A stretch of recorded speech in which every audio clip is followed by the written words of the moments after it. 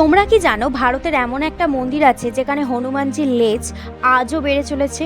এই মন্দিরটি মাটির তলায় পাতাল পর্যন্ত তার লেজ চলে গেছে, আর প্রতি বছর এটা বেড়েই চলেছে। এটা হলো এলাহাবাদে অবস্থিত বড় হনুমানজির মন্দির।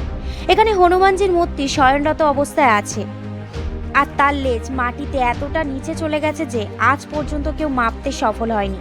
ইংরেজরা খোঁড়াখুড়ির চেষ্টা করেছিল, 40 ফুট পর্যন্ত খুঁড়ে ছিল, কিন্তু লেজটা শেষ কোথায় খুঁজে পায়নি।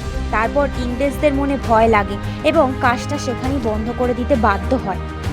এই মন্দির প্রতি বছর বানের জলে তলদেশে চলে যায়। গঙ্গা যমুনার জল পুরো মন্দিরকে ঢেকে দেয়, কিন্তু আশ্চর্যের বিষয় হলো পুরো মন্দির জলের নিচে চলে যাওয়ার পরেও মন্দিরের ভিতরে জ্বলতে থাকা প্রদীপ কখনোই নেভে না। জলের মধ্যে প্রদীপ খুব ভালোভাবেই জ্বলতে থাকে। এটা কি সম্ভব? বিজ্ঞানীরা এর জবাব দিতে পারেননি।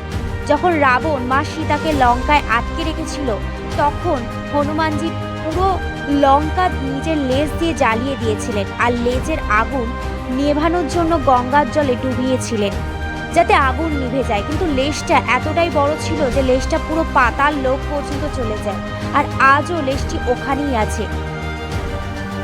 লোকেরা সমালোচনা করে, যদি লেজটা বের করা যেতে পারে তো তাহলে পাতাল লোকের দরজা খুলে যাবে, আর আমাদের মধ্যে আজও পাতাল লোক নিয়ে রহস্য লুকিয়ে আছে তা পরিষ্কার হয়ে যাবে।